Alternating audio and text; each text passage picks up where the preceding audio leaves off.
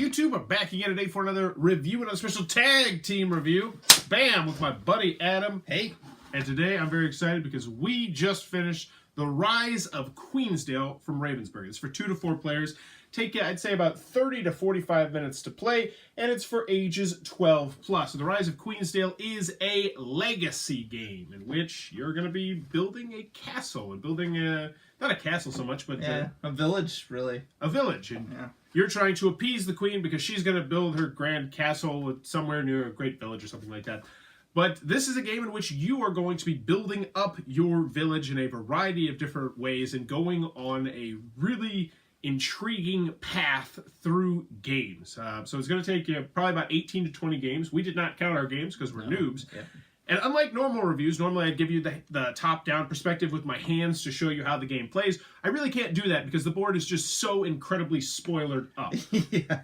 You'd have had to do that at the very beginning. Yeah, I should have. They use a sticker system and a card system, and let's show you a little bit of how the components work. But mostly, let's just talk about the gameplay and what we thought about it. So this is really going to be your starting burrow right here. There's going to be this little toilet plunger, and you're going to be able to remove pieces and then turn those into building sites if you pay enough resources. It's a dice placement game. So you're going to start with 5 generic dice. And you're going to roll the dice, and you're going to place the dice on different spots on the board. There's 2 different boards. Take the actions, gather resources, build things, rinse, wash, and repeat over the course of 18 games. It really is that simple, right? It is that simple, yeah. I mean, it's a simple mechanics to it. It's easy to pick up, and once you get going, like at the end, if I tried to explain it to somebody, it would be incredibly elaborate. Yes. But every load, they just add one thing at a time, or sometimes multiple things at a time, and it's a simple game.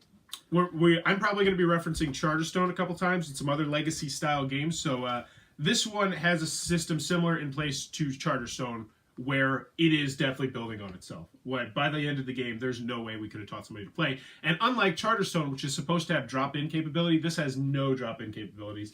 But that's more review-type stuff. I just shut up about that and just focus on this. Yeah, you're going to keep upgrading your village, and that's pretty much it. But you're going to be doing over the course of 18 games. You're going to be upgrading your dice as well, and you're also going to be tons and tons of story cards. That's the big thing. There are story cards all over the place. There's story cards when you reach your goals. There's story cards when you pick up certain workers. There's story cards all over the place, and they are wildly different. Oh, yeah. Like, they do different stuff, and they can drastically impact the game. And a few things that we thought were just like, oh yeah, that's just going to be like a stupid little thing. Like, it changed the entire course of the game. And you never know. You never know which one's going to do which. Well, and you don't know what's going to come back later. Like, you're doing this thing, and you're like, God, this is a pain in the butt. But later on, maybe it's going to help me. Okay. So this is hard. We're trying to talk about this, but at the same time not do the review part. They kind of interconnect. Anything else? Oh, it has a really interesting scoring system, kind of phase 10 style, which is how it lasts so many games. Because if I reach a certain goal and Adam doesn't reach that goal, my goal the next game is higher. But there's catch-up mechanisms all over the place, which we'll talk about a little bit later, to make it balance itself out. It specifically says in the rules, like big text, don't ever give up. That's definitely true, I think. Yeah. So yeah, there's the basic gameplay. We're going to do a non-spoiler review right now. I should have mentioned that at the beginning. But there will be spoilers at the end. I'll put a time bar or something like that. So let's go over the pros. Let's go over the cons. First con, 2 to 4 players, restricted player counts. What are your big cons of the game? I wouldn't say that's a con. I mean, when you're playing this many games, if you have more than 4 players, how are you ever going to do that? I would say this is one of the rare instances where 2 to 4 players is not a con on this one. And I think the player counts, I would be happy to play this game at any player counts too. Oh, yeah, I definitely want to play it again. All right, well, what's a con you have of the game? A con? Jeez. There's a lot of typo errors. There are, that's true. There were quite, and I say a lot, they're not everywhere, but you'll find them. There's so much text in this game, there's so many cards. I want to show you, this is a stack of cards that we did not use. And each one of these cards is like a whole crazy different path that we could have potentially been on. Yeah, and at one point it said get rid of all of these cards, and we had been like saving them, like we didn't use them all. We were like, oh yeah, we're gonna use them throughout the game, and then all of a sudden they're gone. And I want to know what the heck was all these. But as soon as he started reading it, it was like, wait, no, this could be totally like this changes the game completely if we know what those other ones are. Yeah, so if you're a completionist, this one might bug you because there's a lot that you're not going to see. There's a lot that you're not going to be able to do. Con-wise, it is repetitive. I can't say it's not because you literally are doing the same thing over and over again. It didn't feel like it to me because the turns were so quick and so snappy, but it definitely had that aspect. And there were some games where I knew going in and you knew going in and you were not going to win. 110% because of how they utilized a certain catch-up mechanic, which we can't talk about. But I didn't feel in the end it was a huge deal. I felt like it was a nice catch-up mechanism, but I think it would have been drastically different with 4 players, though. Yeah, I do too. One con I would have would be that the games don't really get more epic as you go. Like, I expected, like, I don't know, they're all about the same length. Like, and maybe that's a pro. Maybe because you know it's going to be a certain amount of time. But yeah, I think that I kind of wanted it to be like, this is, our second to last game is an hour and a half long, and our last game is 2 hours. Like, it just feels much broader. Our last game was probably about 25 minutes, maybe? Yeah, something like that. and in case you're wondering, he beat me 70-50, which is another comment I have with this game that some people might have.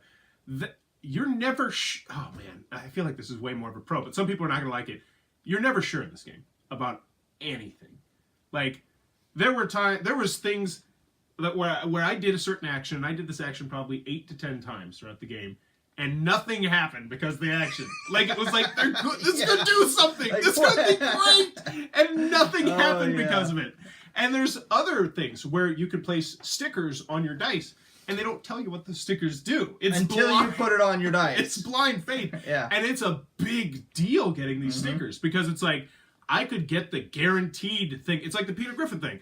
What's in the box? It could even be a boat in the box, and you don't know what you want a boat. It could be anything. And it's just, it's really fun, but some people are going to hate that aspect of the game. I think the play experience between 2 players and 4 players would be drastically different too, which I know some people don't like. 4-player, yeah, and that's. I mean, we'll get to. There's going to be a lot more pros than cons, but I'm just trying to make sure we're pretty thorough about the cons. This is not a game you're ever going to play after you're done with it. Let's be brutally honest. Yep. They say at the end, it's like, you could replay it, and if you want to get crazy, play with somebody else's burrow. And it's like, nobody wants to play with my burrow. I had a very clearly defined strategy, and my strategy worked for the majority of the game. But if you were just to play a one-off of this game, my strategy would be You dead. were ahead of me for quite a long time using that strategy. And then, just got slapped down. All right, any other cons? No drop-in, drop-out capability. Actually, my buddy Scott had this issue where somebody in his game group didn't like it, and so he just had to quit after like 3 or 4 games. It was just like, oh god, I'm so sorry, man. So that's another thing. If someone does not like the game, it's going to be really hard. You're either going to have to get a fill-in for that person and try and train them on everything that's happened. But there's no good way to just drop someone into the game, because you are constantly making changes to the board, to the dice, to everything, building buildings. I feel like you could have someone drop out in this game, though. You couldn't have them. Yeah, I definitely think you could have somebody drop out. Yeah, you definitely could. I don't think that would have a huge... Because you just switch to the other, the extra player count here's rules. The thing. There's some buildings where there's only 2 in play. And in a 4-player game, if someone else were to buy that building, and you had the only copy of that building, that could be really powerful for you. I'm thinking like those pink buildings. But I guess you could take... Yeah, you could. It would not be convenient in any way, shape, or form, though. I mean, but everybody had the same opportunity. They did. And when they were purchasing them. Yeah. So, I don't feel like that would be... Because you're not allowed to have the same... 2 of the same building. So it's not like you're sitting there, like, building up all the ones that give you bricks or whatever. Yep. Like, you're not doing that. You can only have 1 building that gives you brick. 1 building that gives you, sticks. Do you have any component issues? Component-wise? I can't think of anything, really. I mean, the stickers, there's a lot. It works well. My God, so many stickers. And that's another thing. We have a whole boatload of stickers we didn't use. Yeah, that's true. Because you sticker the rule sheet. Oh, this is a big one. There were definitely some times where we thought we were playing something the right way. There's probably 3 or 4 or 5 times we're like, I think this is what... And we tried to check the FAQ, and it wasn't there. And because it's you don't want spoilers. Such a new game, and it's a legacy-style game, there's no good way to figure things out. So it's just like, this is how we're going to play it. And, some people are going to hate that. But I'm done with the cons. I really am. Moving on to the pros, I want to start this off. Slap a Bauer's best seal on it. This is right now, I think, my early game of the year. But I'll start with you, Adam. What did you think about the game, the experience? Still no spoilers. We will get to the spoilers after this, though. So, I mean, I love legacy games. I love that it changes over time. I think that's fantastic that, like, you're really, like, building a game. Like, it's your game at that point. Like, you take ownership of it. And if somebody else came to me and they were like, "Oh, I played Rise of Queensdale," I'd be like, "You didn't play it the way I played it." But you would want to know. Like, I'd be like, "Oh, what did you do? What happened? What was this? Like, did you get the tree out? Did this stuff happen?" Yeah. Oh, one more con I do want to mention. This is a big con. I forgot. We were very fortunate because Adam has a table that he can build over top of. Like, if you had to set this game out each and every time, it would be a real hassle. Oh, yeah, that would be a con. Yeah, big con. It'd probably take you 5-10 minutes to set the thing up, if not more, each time. Also, if you can't play games pretty consecutively, like, if there's a gap in between there, like you're going to gap or something? Yeah, you're going to forget a lot of stuff. You could. So, yeah. So those are the cons. Yeah, you'd have to, like, rebuild your knowledge base. There was stuff we didn't use that... Yeah, and we were playing them. And I still have a lingering question about the cog space. Like, could you stack those? Like, because part of me is like, it seemed like it was such a weak action, but then I was like, if you stacked them, it wouldn't be so weak. But I don't know. Moving on with the pros, though, I'm in agreement. This is, in fact, my favorite Legacy game that I've played of all time. It's up there with Blank. But I like this better than Charterstone. I like this better than Pandemic Legacy. I like this better than the other one that I can't think of right now that I played. And it's just so simple. It's easy to learn and easy to teach at the beginning. It really feels like it never handcuffs you. I felt like I always had choices and options because it's just a straight up worker placement game, dice placement game. There were so many times that it was like, how am I going to get these points? Like, it's not like, oh, how can I get points? It's like, which direction do I want to use to get these points? Yeah, and at that point, it's like an optimization game, which you would think would lead to analysis paralysis, but it's not. Like, turns are just snappy. The games of this were so quick in a great way. It's like we could bust out 3-4 games of this a night. Mm-hmm. And that was really good. I like the components. I like how the sticker system works. I love how the card system works. I love how the building system works. How you got to take the little plunger and you put it out there and then you plug it in. It's so much fun. And it looks cool. And that even the herbs around there, like the way that it's different every time, the way that you eventually like change them out and there's new stuff underneath there. Oh yeah. So let's talk about our strategies somewhat. So my strategy was there's herbs all around the board. And you can just run around and pick up these herbs and good stuff will be on the bottom of these. Good stuff will be on the bottom of these. And that was my whole strategy, was I was going to be able to pick up as many herbs as I can. I made it so I was going 6 spaces at a time, which was just, I was picking stuff up, and I had it so I was... It gives you resources, it gives you points, it gives you all kinds of stuff. And I got to this point where I was like, oh man, I'm starting to get an extra victory point if I collect this thing, and then things in the game started to make it slightly better, but then other things in the game started to make it slightly worse, and so I had to adjust accordingly. And then I started to do I feel like it's not that big of a spoiler, the statues. And the statues for a while were floating my boat, and they got me a special die face, which was really great for me. And it felt like up until the very last game and a half, I was doing great, and it was a slobber knocker. It was a back and forth. And then the queen slapped me down. But I still, even at the end, and we talked about this, it was 50-70. I feel like if I rolled better, I could have still had a shot, a puncher's chance. Because, well, we'll talk more about the spoiler section, but the queen really kind of, she pooped on my bed. Your strategy, though, wildly different. I mean, I saw it, the Rise of Queensdale. It's all about building stuff, so I built buildings, and like I figured at the beginning, like I need lots of spaces to build these buildings, and so I just like essentially as fast as I could built all my spaces that I could build on, and then throughout the game I built on them, and that was the way I did it. And I made a joke at the end when we were packaging it up about how his city was just so terrible because it was so cluttered with buildings. I had like this very minimalist. I had like 6 buildings and you had like 10 or something? 12. 12 buildings. And I was just... But what I'm trying to say there is both strategies were viable. And while I feel like if you would have played the exact game that we played, it was going to be hard for me to win. There were some choices that I could have made along the way. But... there were some choices that I think that could have helped me win the game still. And I think, because I also think this is not a spoiler, you're going to go down 2 major narrative paths. At least that's the impression we got, where you're either building a wall or you're building a road. I don't feel like that's too spoilery. No. And I accidentally drew the cards to what would happen if we built a wall instead of a road. And it felt like we would have went on a completely different path, which might have hindered you instead of me. And then you might have had to adjust your strategy on the fly.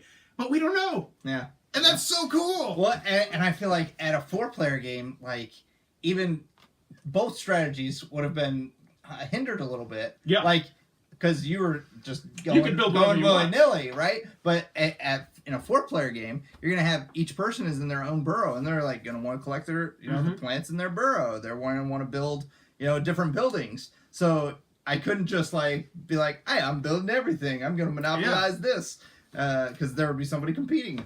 And I couldn't just get everything I wanted. That's true. You can run all over the place. So that was really cool. I love the cards in this game, though. Like, every single game, like, for being such a simple mechanical game, for every single game, I was intrigued about what was new, what was happening. Small, minor events would be happening, and we would be so focused on those. Be like, oh my gosh, what happens if we go to this secret hideout? Or what happens if we get this tree out?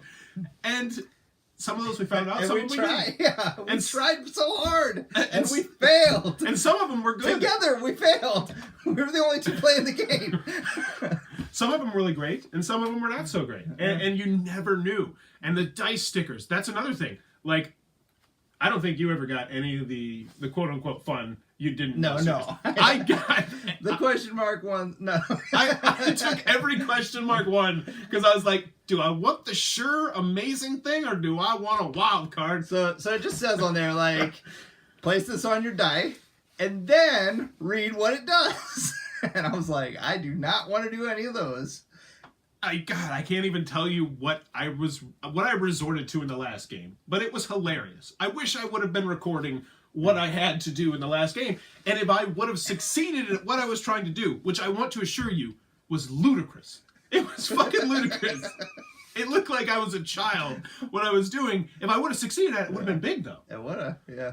Well, and your dice had so much more stuff on it than mine. Yes. Because, like, at the very beginning of the game, I was winning games, like, one after the other. So that made... So there's this... It says it right in the very beginning. So you get these seals that let you buy stickers on your die. Well, if you lose, you get more of those seals. so like, I was winning game after game, so I wasn't getting any of these things. And here Forrest was just like stacking them up. He was like, yeah, I'll get this one, I'll get that one, I got this. And I was just like, every single one of yours has all the purple on it. That's another thing that you mentioned that I really liked. And that was one of my big strategies, was getting these fancy dice face up. And what I would do is, the game is really user-friendly, allowing you to re-roll. You can turn in bread, you can turn in money, you can turn in just about anything to re-roll the dice, and I would do that. I would 5, 6, 7, 8. I probably did it 10 times at one point. Oh, yeah. Until the queen slapped me down. But I can't talk too much about that, but it hurt me. But it was my choice. Like, that's the other thing. I had the choice to not get slapped down by the queen, but I didn't know that I was going to get slapped down so hard. Yeah, so... excellent. I think it's an excellent game. Mechanically, I think there's much better games out there, but for the experience, this is a game that would absolutely... It's like Twilight Imperium and Werewolf, and one of those games where I'm like, it might not be your cup of tea gameplay-wise, but I still think you should try it at least once, just because of how different and unique it is. Now let's talk about the story a little bit, because I know a lot of people who have only played Pandemic Legacy, Legacy, so they're expecting a great deal of story. And this is not, story-wise, it's not spectacular. It keeps you on the rail. It feels like a rail shooter somewhat. It's just like, yeah, we're keeping you on this path, and maybe you'll merge this way, maybe you'll merge that way. But I wasn't ingrained in the story. I mean, we read it all yeah, loud. And you can tell it's episodic, like, this card is just for this card. It's not... I mean, sometimes it affects other stuff, but typically it was like, oh, it just does it for this game, or for this, epic. Yeah, I felt like it was... The things that were happening were very interesting, but the story itself was, it was okay. Yeah. Any other cons before we get into or pros before we get into spoilers?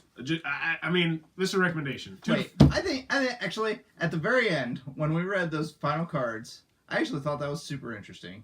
Did you? Yeah. Oh, I didn't care. I thought it brought it back around to me. Well, good.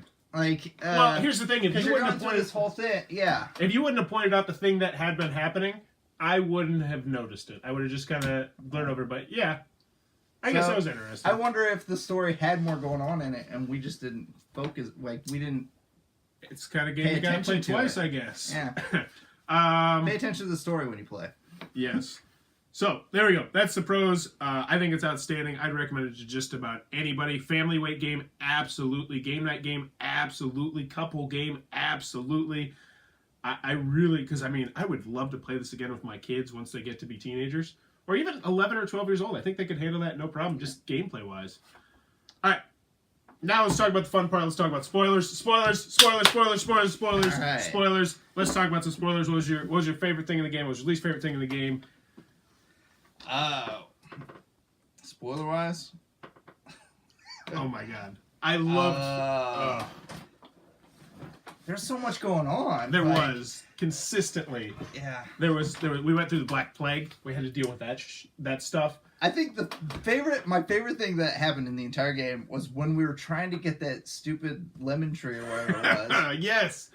We were both working on it, and so there was a lemon tree. There was a random card that popped up. I don't remember why it popped up, but it said, if you guys flip over, I think it was 4 herbs that have trees on them, where you collect lumber, then an old lemon tree will pop up there, and it would be a powerful spot you could go to do something. I don't remember what it was that you did, but it was a powerful spot. I think it was a seal. we didn't know what it did. It did something awesome.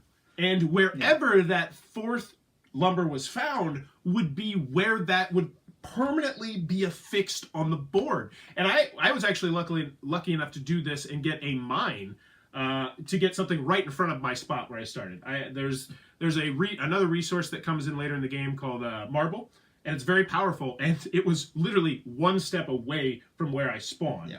So where this lemon tree poked up could have been huge, could have impacted the whole game, because I use that mint every single game first thing. Well, and again, his whole strategy was to run around the board. Yes. So it's right there. It was ridiculous, but we didn't get to see what it did, and I think there was even more like that. Yeah, well, because every time that if you have to replay an epic, but somebody or whoever won, if they aren't on the current epic, then you take these cards, these yellow cards, and then eventually brown cards. Is that what it is? Yeah, yellow and brown. So like each one gives you another one of these little. A lot of times they had to do with the herbs. Yeah. I think you said episodic content was a really good way to put it, because there would be definite story ones that moved you along, but these were just like episodes where maybe they'd focus on something else. It's like, oh, this is going on in this city. And those was great because it kept us interested each and every game. I think those were almost more interesting than getting to the next level. I think so as well. Because you're like, if this didn't, like, if I didn't lose that game, this wouldn't have happened. Yeah, and there was definite times where it could have gone either way. I really love the fact that I didn't know what I was putting on dice. I love so the one that there's one that's very cheap where if you roll it, there's like clothes. You can put clothes, on your character card. And I was like, oh, these clothes are going to be so big. And then he can auction them off to me. And it was a 2-player game for everybody else, but I was the only other person. And here's the thing. I thought that I should have gotten the auction winnings because I was auctioning off the clothes, but we never had a clear and concise answer. Yeah. So I didn't get it. And then it got to the point where, since I was auctioning off the stuff to him, I only bought like 2 things. Well, that's because I kind of cold cocked you by saying, "Oh, you can always have the headdress." Give me the earrings.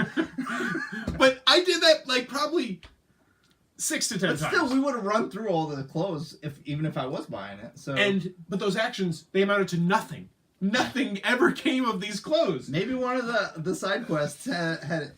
Oh God, yeah, and she even said like the beautiful people at one point, and we were like, yeah, the clothes are gonna happen. Nothing, nothing.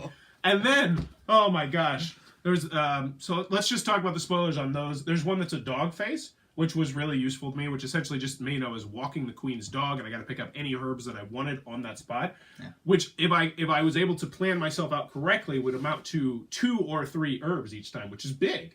Mm. There was so the last game, I could have gotten a sure thing, and I decided there was one that looked like a cup game. Like the old school cup game where you got 3 things and you're just whoop-a-doop-a-doop, and that's turned out to be exactly what it was. But we thought it was just going to be dumb. I was reading, I was like, I wasted my seals. And then when I get to like the last sentence, I was like, oh, this could be huge. This could be gigantic. So essentially, I could have turned those like, what I had to do was I had to make Adam win the cup game. But if I could have made Adam win the cup game... Which would give me extra resources. It would give him extra resources, but it would have given me way better stuff. Like 5 points or, moving me up on this track and giving me 2 points and giving me a worker. So I did this like 3 times where I'm just like, and I'm just trying to freak him out and, put the seals. And he nailed me every time because I'm not very good at the dang cup game. But... that was our last epic game of Queensdale, and I'm just like resorting to boop-a-doop-a-doo. Now, someone could have bought that very early, and it would have been totally different. It would have been huge. It could have been really big, especially in a 2-player game. In a 4-player game, not so much, most likely. But still, it was really cool. Well, in a 4-player game, I mean, if everybody's betting on stuff, somebody's going to get it right. You end up getting a lot of resources. Oh, too. Yeah. Yeah. I just can't, like this. This is one of my favorite aspects of the game. This is so much story, so much flavor. It's like half the cards. There was 50, and we counted. I think there was 25 we didn't use. Yeah. That's nuts. Oh man. Any other spoilers? Yeah. The story-wise, so the end, the king was like poisoning the queen or something like that. But he got I wouldn't have noticed if he wouldn't have said anything because it was just like, all right, I lost the game. Do you think Thilo knew about it? I don't. What? I don't know. I don't. Do you think care. That's why? Why Thilo was so anxious to get the stuff done, why he was always there? Maybe. Yeah. I love the queen. I want her to survive. I thought they were going to spin it off into something else because they mentioned a Kingsburg after that. Wait, did they say Kingsburg? Well, because at that point they each had their own. Kingsburg's kingdom. another game. Yeah. Oh yeah, Kingsburg's a different game. Well, at that point they each had their own kingdom, so it's kind of sounded like maybe in the future they will go to war or something. Yeah. So that would be fun. I can't think of too many other big. So the big decision that the 2 big paths was to build a merchant road or to build walls. And if we would have built walls instead of a merchant road, we would have had to deal with peasants. And peasants look really bad. It looked like bad stuff was going to happen to us. And we had no idea what it could have been. There was also a couple times where you would have had to destroy one of your buildings if something in particular would have happened, which all sorts of different paths we could have taken. But the thing about that was I wanted to build more buildings because that gave me a lot of points. Yeah, so. You eventually hit a logjam, but you still worked your way out of it because of the game. Oh, so the big event that really slapped me down at the end was we built these roads. And if you completed your roads, it was a lot of roads. It was 8? Yeah, but if you put your people in that little inn, then you got to add to it. Yeah. It was you build 4 roads at a time. And so you really only have to build it 4 times. And I committed, and I said, I'm gonna go with the girl that got me to the date. And I was like, I'm not building any of your damn walls, queen. You can get the hell out of here. And it bit me in the ass really hard because what happened was he got a special perk, and that was another cool thing. I gained a special perk through something that happened earlier in the game, which was really good for me, and you didn't even get it. Oh, because I was trying to. It was the last turn of the game. Oh, and I blocked you. Yeah, you took it, and I couldn't go. Yeah. But you got yours back because essentially he got a special action where every time I re-rolled the dice, normally you'd put the resource that you spent to re-roll the dice into the bank. He got it. And I pretty much handed you 10 to 15 points the last part of the game. Yeah, you totally did. Because my whole strategy at the end of the game was I have to do a little...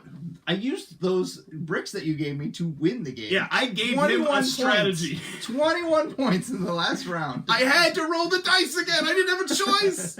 And I just was rolling so terribly because I had to get my special symbols. My special symbols were super powerful, but I had to get them, and I just wasn't able to. And part of the reason, so that was huge. Also, there was this temple that we had to build. What could you have maxed out on points if you rolled everything right? A lot more. I mean, because that 5-pointer, I could hit that. Yeah, you had the 5-pointer, and then the I had the copy, and then the one that, and then the cup game. If I could have done the cup game, if I would have gotten you to not do that, I could have chosen between 5 points or the big bonus of the other thing. So you could have been getting 15, 20 points around. But I had just on rolling the dice. But I had to make sure I was doing it. And then also there was this temple that came into play the same time that the queen gave him his special stuff. The cathedral. And this cathedral really screwed me over because it blocked spots, blocked actions. And 2 of those actions were huge for me because I was building a lot of huts because the way you pick up different resources, different herbs, is by building different huts. And I couldn't build those huts anymore. Yeah. Well, and because I was so good at building things, like that wasn't a big deterrent for me Yeah. because I was building more, so it was just giving me extra points. Plus, I was able to clear it out, and then you like the ones that you needed were stuck there. Yep. And that was even in the last game. Like, that really hosed me. Like, if I could have built some huts, that would have been so big, but I wasn't able to. But I love this game. I love the choices. Absolutely recommend. I don't think there's any other big spoilers to talk about. I mean, there's just so much cool little things. Yeah, there is. But that is Rise of Queensdale from Ravensburger. Recommendation. Absolutely. All over the board. Yep, 100%. Fantastic game. It's personally in my top 50 games of all time, I believe, just because of the experience. There's other games that are way better than this mechanically, but the experience that I have in this game is just so fun. And the other thing, I don't see this game falling back in my top 50 because if I don't ever play it again, I'm still going to be like, oh my god, it was so much fun, it was so epic. And then if I did play it again, I could see it going up potentially or down, but most likely up because you'd see so many new things. Yeah. Well, because we know part of what's going to happen, Mm-hmm. So we can kind of anticipate what a 4-player game would feel like. That's a good point. I don't feel the fact that we have played another game is going to give us a huge advantage. I feel like it would give us somewhat of an advantage. We might be like, oh, you really want to focus on maybe building or something like that. Yeah. And I would probably steer clear of that stupid closed dice and the stupid clapping dice. God, there was another die I got, which I was so excited about because it was pretty costly, and it really just screwed me over big time. Like, I couldn't use it. I refused to use it. Mm-hmm. Yeah. Did you ever actually use it? I think I used it one time when you didn't have any any money. I didn't clap. Yeah. Oh, I couldn't pay you. You didn't have cash, That's what it is. and that was helpful. But yeah. But there you go. Rise of Queensdale, Ravensburger. I feel spent. Get it. Find some good friends that you want to play a long time with. And play it. Talk about it spoilery with me if you ever see me, because I can talk about this game a lot. So there you go. If you enjoyed this review, please be sure to click on that subscribe button down below in the comments below. Let me know what's the worst long-term commitment you've ever made. So something that lasted 5 or years more, or that was like super bad. My wife has cats. Okay. I didn't know you weren't a fan of cats. Oh god, they're awful. They puke everywhere. I love cats. For me personally, it was a car loan. I had to do a buy here, pay here car place, and that was bad. Just interest up the wazoo. But yeah, let me know in the comments below. What is your worst commitment you've ever made? And as always, thanks for your time, YouTube.